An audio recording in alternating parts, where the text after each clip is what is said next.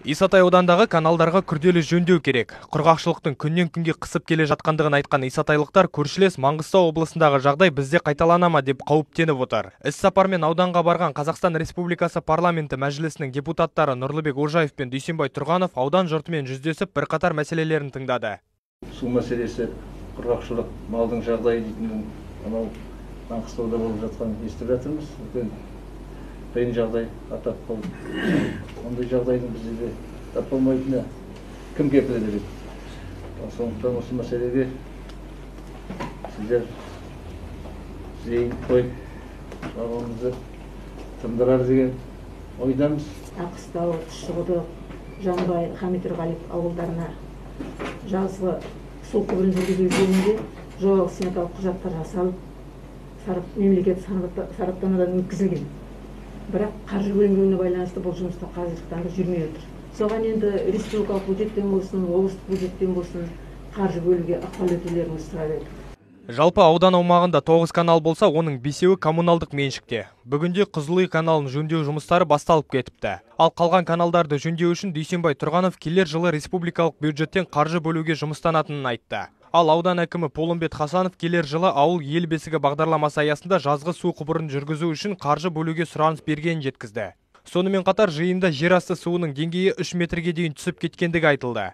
Мәжілісмен Нұрлыбек Ожаев топырақ құрамын зерттеумен қатар геоботаникалық зерттеулер жүргізу керек деп есептейді.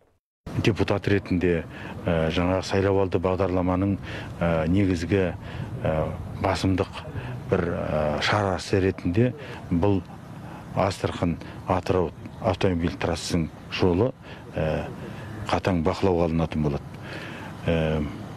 Енді жаңа ауыл шаруашылық саласындағы негізгі қазіргі мәселелердің бірі мынау жылдары өтіп кеткен 90-шы жылдардағы жасалған геоботаникалық жаңа зерттеулер мен топырақ құрамын зерттеулердің қазіргі жер пайдаланушыларға беруде, жалпы жерге орналастырушы мемлекеттік органдардың қазіргі басшылыққа алып отырған құжаттарының ескергендігінде біз көріп отырмыз.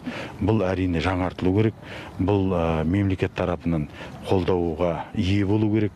Себебі қазір мына экологиялық тұрғыдан болсын, уақыттың қазіргі талабына сәйкес мал шаруашылығын дамытамыз десек, бұндай зерттеулердің қорытындылары ауадай қажет.